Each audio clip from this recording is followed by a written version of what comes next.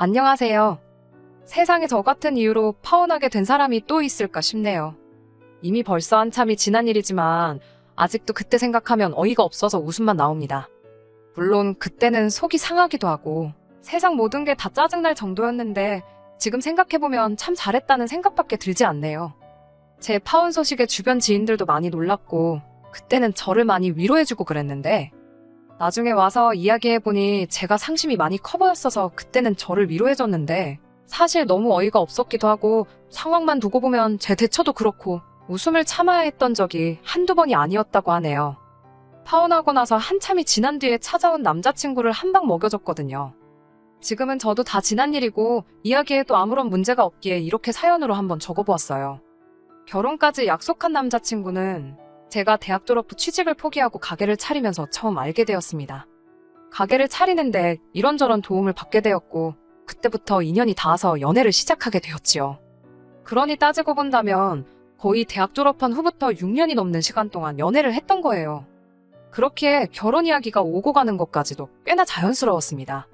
오래 만난 만큼 서로의 지인들한테 서로를 소개시켜줬고 하나같이 저희들은 오래오래 행복하게 잘 살 것 같다고 이야기를 해왔어요.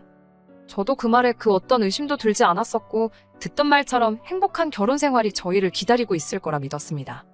그런데 결혼 준비를 하면서 특히 남자친구 가족들을 직접 만나게 되면서 그런 확신이 조금씩 무뎌지기 시작했어요. 중간 역할을 하려 한다기보다는 그저 자기가 복잡한 상황에 처할 것 같으면 그 자리를 아예 피해버리는 식으로 대처를 하고는 했었거든요. 그게 참 불만이었는데 그래도 그동안 쭉 보여준 유유부단한 모습에 마지막에 가서는 저도 질릴 대로 질려서 크게 한 방 먹여주고 나올 수 있었던 것 같아요.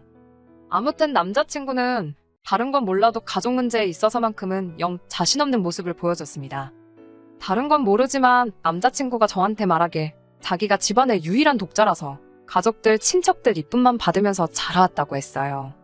연애를 길게 했지만 결혼 이야기가 오가기 시작한 건 얼마 되지 않았던지라 남자친구 가족들을 직접 만날 일은 없었어요. 특히나 남자친구 혼자 서울에 올라와 지내고 있던 상황이고 본가는 서울에서 2시간 정도 더 벗어나야 있는 지역에 있었거든요. 그렇기에 더더욱 남자친구 가족을 결혼 허락을 받으러 갈 때까지 만나본 적이 없었습니다. 결혼 허락을 받기 위해 처음 남자친구 부모님께 인사를 드리는 일도 서울에서 진행이 되었어요. 원래는 제가 차가 있어서 남자친구를 제가 데리고 그 지역까지 내려갈 계획이었거든요. 그런데 남자친구가 부모님을 이쪽으로 오시라고 할 테니 저보고 고생하지 말라고 하는 거 아니겠어요. 그래도 그렇지 다른 자리도 아니고 결혼 허락을 특히나 제가 남자친구 부모님한테 처음 인사드리는 자리인데 어떻게 어른을 오라가라 하게 만드냐고 그냥 차 끌고 내려가겠다 했습니다. 애초에 남자친구는 면허를 따지 않고 있었던지라 연애하는 동안 차로 이동을 해야 할 때는 제가 항상 운전을 했었거든요. 그때는 잘만 타고 다녔으면서 이제 와서 왜 제가 운전하느라 고생할 거라 생각하는지 이해가 가지 않았어요. 그렇게 고생스러워 보였으면 면허라도 따놓던가 그랬으면 서로 교대해서 운전해 갈 수 있었을 텐데요. 아무튼 제가 계속 부모님을 오라고 하겠다는 말에 내가 가는 게 문제없다는 식으로 계속해서 의견을 피력하니 남자친구가 난감해하는 모습을 보였습니다. 그때 이 자식이 나한테 뭔가 숨기는 게 있구나 하는 생각을 하게 되었어요. 진짜 이유가 뭐냐 물었더니 고향 내려가는데 친구들이 아내 될 사람 차 얻어 타고 온 걸 안다면 가오가 안 산다는 얼토당토하는 이유만 대고 있더라고요. 애초에 면허도 없으면서 그게 쪽팔린 줄 알았으면 진작에 면허 좀 따지 그랬냐고 하니 그냥 부모님이 오시는데 아무 문제도 없다는데 뭐하러 거기까지 가냐고 그냥 자기가 하자는 대로 하자며 고집을 피우길래 그냥 그러기로 했습니다. 저야 운전 안 하면 덜 피곤해서 좋고 시간도 아끼고 솔직히 아쉬울 건 없었으니까요. 그리고 이만큼까지 제가 직접 가겠다는 의견을 말했는데 거절한 게 남자친구 본인이니 이게 문제가 될 리도 없고 설령 문제가 된다고 한들 할 이야기가 있으니 크게 문제될 게 없다 생각했어요. 그런데 남자친구가 저를 본가까지 데려가지 않으려던 진짜 이유를 남자친구 부모님을 만나는 그날에서야 알게 되었습니다. 남자친구한테는 위로 2명의 신호가 있어요. 2사람 다 남자친구랑 나이차가 그렇게 크게 나지 않아요. 큰 누나가 3살이 작은 누나가 1살이었어요. 2사람 다 이미 진작에 결혼을 했고요. 저희가 한참 연애하던 중에 결혼을 했는데 결혼식을 따라간다고 했었는데 그 당시에 남자친구가 우리 누나들 만나서 좋을 거 없다고 이야기했던 게 기억이 나더라고요. 그 말을 한 게 난데없이 기억이 난 이유는 바로 남자친구 부모님한테 인사드리는 그 자리에 서울까지 신우들이 떡하니 쫓아와서 저희들을 기다리고 있었거든요. 남자친구가 누나들 얼굴을 보자마자 낯빛이 사색이 되는데 저도 뭔가 잘못된 거구나 대번에 눈치를 챌 정도였어요. 집안 독자라서 귀하게 자랐다더니 남자친구는 누나들한테 꼼짝을 못했습니다. 오히려 부모님한테 대하는 것보다 누나들 대하는 게 어려워 보였어요. 저도 남자친구 부모님한테 인사드리는 자리라고 생각했는데 이런저런 질문은 남자친구 누나들한테서나 들었지. 남자친구 부모님한테 들은 질문은 거의 없다시피였을 정도였습니다. 제가 가게를 하고 있다는 이야기를 듣더니 무슨 월 매출이 어떻고 마진은 어느 정도 가져가냐 하는 전혀 몰라도 되는 이야기까지 묻더라고요. 한 달에 제가 얼마나 버는지 집요하게 물어보길래 장사라서 그때그때 달라 정확한 금액을 알려주진 못하겠다 하고 말았어요. 그런데 제 차키를 보더니 그 정도 차를 끌면 한 달에 8,900은 버나 보다, 1,000은 버나 보다 하면서 자기들끼리 지레짐작을 하더라고요. 차는 부모님이 사업하는데 남들한테 얕보이지 말라고 사주셨던 거기도 하고 월 수입은 들쑥날쑥하지만 평균적으로 3,400 가져가는 게 전부예요. 잘 될 때는 500 넘을 때도 있긴 하지만 그렇다고 제가 얼마 버는지는 정확히 말해주고 싶지 않아서 말을 아꼈더니 지들끼리 대답 안 해주는 거 보니까 우리들 말이 맞았네 하면서 알아서 결론을 지어버리더군요. 그냥 결혼 전에 올케들 제가 얼마나 버는지 궁금해서 그런 거라 생각하고 말았는데 나중에 자리가 끝나고 집에 돌아갈 때 너 때문에 엄마 아빠의 자기들끼리 그 먼 데서 이렇게 왔는데 그냥 보낼 거냐면서 저기 길 건너에 백화점이 있던 게 거기서 쇼핑 좀 하겠다는 거예요. 여기까지 오는데 차비가 얼마 들었는지 아느냐, 어쩌냐 저쩌냐 하면서요. 딱 봐도 제가 돈 좀 번다고 하는 것 같으니 성의를 보이라는 것처럼 보이더라고요. 부르지도 않았는데 날아 나온 건 생각도 안 하고 본전 운운하면서 내 돈 뜯어먹으려고 하는 거 보니 어이가 없었지요. 저는 그냥 무슨 말인지 하나도 못 알아들은 것처럼 저는 가게에 일보러 나가야 하니 같이 못 갈 것 같고 남자친구가 오늘 회사도 연차를 냈으니 오랜만에 가족들하고 같이 쇼핑하면 되겠다고 말했지요. 그리고 도망치듯 그 자리를 빠져나왔습니다. 뭐 사소한 선물이라도 사서 들려보낼 수는 있지만 딱 봐도 백화점 가자고 하는 게 한두 푼으로 끝날 것 같지는 않아서 눈치 없는 척을 했는데 나름 잘 통했던 것 같아요. 남자친구 말에 누나들이 아주 이를 갈면서 화를 냈다고 하는데 그 정도면 올케나 며느리로서는 빵점이지만 반대로 따지면 똑순이 인증을 받은 거나 마찬가지잖아요. 아무튼 남자친구한테도 이러려고 안 내려가겠다고 고집을 피운 거냐 따져 물었습니다. 남자친구는 그제서야 미안하다고 그러더라고요. 자기 누나들이 유난스러운 부분이 있어서 부모님만 따로 서울로 모시려고 한 건데 이 자리까지 따라올 줄은 몰랐다고 하더군요. 오냐오냐 곱게 자랐다더니 어찌 누나들한테는 쪽도 못 쓰냐고 물었더니 남자친구가 지 누나들이 독자인 자기 때문에 희생한 것도 많고 그렇다 보니 누나들한테 미안한 것도 있고 해서 그 둘이 특히나 어렵답니다. 똥이 더러워서 피하지 무서워서 피하겠냐고 그냥 안 좋은 꼴 결혼 전부터 보여주기 싫어서 숨기려고 했다고 하더라고요. 그 부분에 있어서는 조금 실망했다고 솔직하게 남자친구한테 말했어요. 결혼 전에야 눈 가리고 아웅으로 넘어갈 수 있겠지만 결혼 후에도 신우들을 계속 피할 수는 없지 않았겠냐고요. 그럴 때는 남편 될 사람인 너가 중심 딱 잡고 중간 역할을 잘해주던가 하는 게 맞다고요. 이번 일만큼은 처음이니 그냥 넘어가겠지만 앞으로는 이 부분을 항상 염두해달라고 했어요. 특히나 가족들과 저희 문제에 있어서만큼은 결국엔 제가 남의 집 사람이나 마찬가지 아니겠냐고. 그러니 남편 될 사람인 너가 날 지켜주지 않으면 내가 너무 힘들 것 같다고 확실히 이해가 되도록 전했습니다. 남자친구는 제 말에 잘 알겠다고 하면서 미안하다 사과를 해왔고 그렇게 하겠다 대답했어요. 하지만 그 뒤로는 사실상 결혼 준비가 진행되면서도 남자친구의 가족들을 더 이상 만날 이유가 없었으니 그냥 믿음을 갖는 수 말고는 저도 다른 수가 없었지요.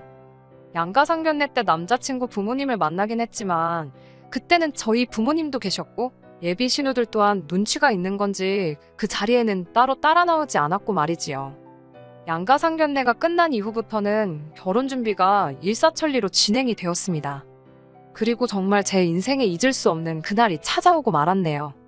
결혼 준비가 한창이던 차에 남자친구가 난데없이 자기랑 같이 본가에 좀 다녀와 보자고 하는 거예요. 부모님께 첫 인사드린다고 내려가겠다 할 때만 해도 억지 부리면서 못 내려가게 하고 기어이 부모님을 서울까지 오시라 했으면서 본가에 내려가자고 드니 저게 뭔 속셈인가 어이가 없었지요. 그땐 그래놓고 왜 이제서야 본가에 내려가자고 물으니 남자친구가 하는 말이 집에 제사가 있는데 그날 친척분들이 다 모이시니 인사를 드리러 가면 어떻겠냐 묻더라고요. 양가상견례가 끝났고 결혼식 날짜까지 다 잡힌 상황이긴 했지만 딱히 남자친구 친척분들한테 인사를 드리기 위해 제가 거기까지 가야 할 이유가 있나 싶었습니다. 그리고 저 때문에 모인다면 고려라도 해볼 수 있었겠지만 애초에 모이는 이유가 집안 제사 때문이라잖아요. 세상에 어느 누가 미쳤다고 결혼하고 나서도 가기 싫은 제사를 결혼 전에 벌써부터 참석하고 싶어 하겠냐 했어요. 인사드리는 것도 결혼식 때 다 오실 분들 아니냐. 인사는 그때 드리면 되는 거고 그게 아니면 결혼식 이후에도 날이 있을 텐데 그때 가서 하겠다고 했어요. 제사 때문에 다녀와야 하면 혼자 다녀오라고요. 그랬더니 남자친구가 그제서야 또 우물쭈물 진실을 말해주더라고요. 사실 진짜 이유는 할아버지가 손주며느리 될 사람을 한번 보고 싶다고 했다는 거예요. 친척들 인사는 겸사겸사 저한테 둘러댄 이유였고요. 할아버지가 집안의 가장 어른이시기 때문에 집에서 목소리가 엄청 크시다네요. 거기에 이제 연세도 있으시다 보니 유산 상속 문제도 있고 해서 특히나 아버지들이 할아버지 눈밖에 들지 않으려고 안간힘이라대요. 자기가 독자다 보니 혜택은 제일 많을 텐데 할아버지가 아들 중에서는 자기 아버지를 제일 눈에 차지 않아 하신다고 하더라고요. 일처리도 대충 하고 마무리가 안 좋은 사람이라 못 믿었다고 독자인 자기가 아니었다면 진작에 할아버지한테는 한 푼도 못 받아가실 뻔했다고 하면서요. 그러니 이참에 가서 할아버지한테 점수도 따고 하면 아버지도 기가 살지 않겠냐면서 말입니다. 그래서 남자친구한테 미리 단단히 말해뒀어요. 전번 누나들하고 있을 때처럼 중간 역할 잘못하고 내가 당하는 꼴 지켜보고만 있으면 저도 가만히 있지는 않겠다고요. 그렇게 남자친구가 이번만큼은 저를 실망시키지 않겠다는 약속을 받아내고 남자친구 본가에 내려가게 되었습니다. 충분히 예상했던 바이지만 남자친구 누나들도 이미 벌써부터 도착해서 눈에 불을 켜고 저를 어떻게든 부려먹을 계획을 하고 있더라고요. 그래도 집안 어른들 다 모여있고 한자리다 보니 제가 나서서 전부 다 할 것까진 아니지만 적당한 선에서 눈치 보면서 간단한 일거리 정도는 도울 생각이었는데 예비 신우 될 두 사람을 보니 그럴 생각이 싹 달아나더라고요. 그래서 일부러 더 아무것도 안 했어요. 애초에 결혼했다면 모를까 결혼하기 전인 시기에 따지고 보면 남의 집 제사나 마찬가지인데 제가 뭐 도와야 할 의무가 있는 것도 아니잖아요. 그래서 일부러 더 얄미우라고 정말 아무것도 안 했습니다. 제사도 딱 잘라서 참석 안 했어요. 애초에 저희 집은 종교가 달라서 제사도 안 지내거든요. 그런데 그게 남자친구 할아버지의 심기를 건드렸나 봐요. 처음에는 독자인 손주며느리라고 너털웃음까지 지으며 좋아하셨는데 제사 끝나고 식사가 시작되니 헛기침만 계속 하시면서 불편한 기색을 숨기지 않으셨어요.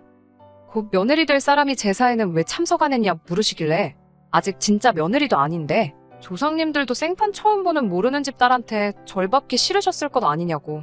결혼 후에 정식으로 제가 며느리가 되면 그때부터 조상님께 인사드리고 제사도 참석하겠다고 이야기했어요.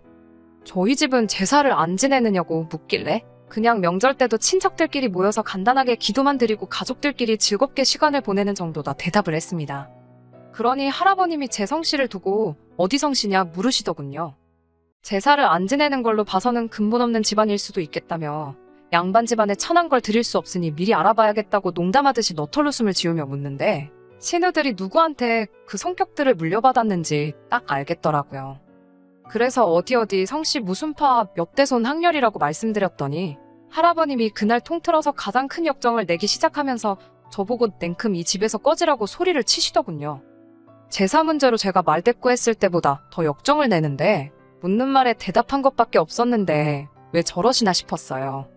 그런데 난데없이 몇백 년도 더 지난 조선시대의 이야기를 꺼내면서 원래 남자친구 집안이 그때 무슨 높은 벼슬까지 했던 집안이었는데 저희 조상님 중 한 분의 관계로 귀양살이를 하게 되었고 그 뒤로 집안이 높은 벼슬길에 오르지 못했다고 하면서 집안의 원수나 마찬가지라고 하더라고요. 그래서 그 이후로 당신 살아생전에 그 집 구석 사람을 며느리로 들릴 일은 없을 거라고 대노를 하시는 거예요.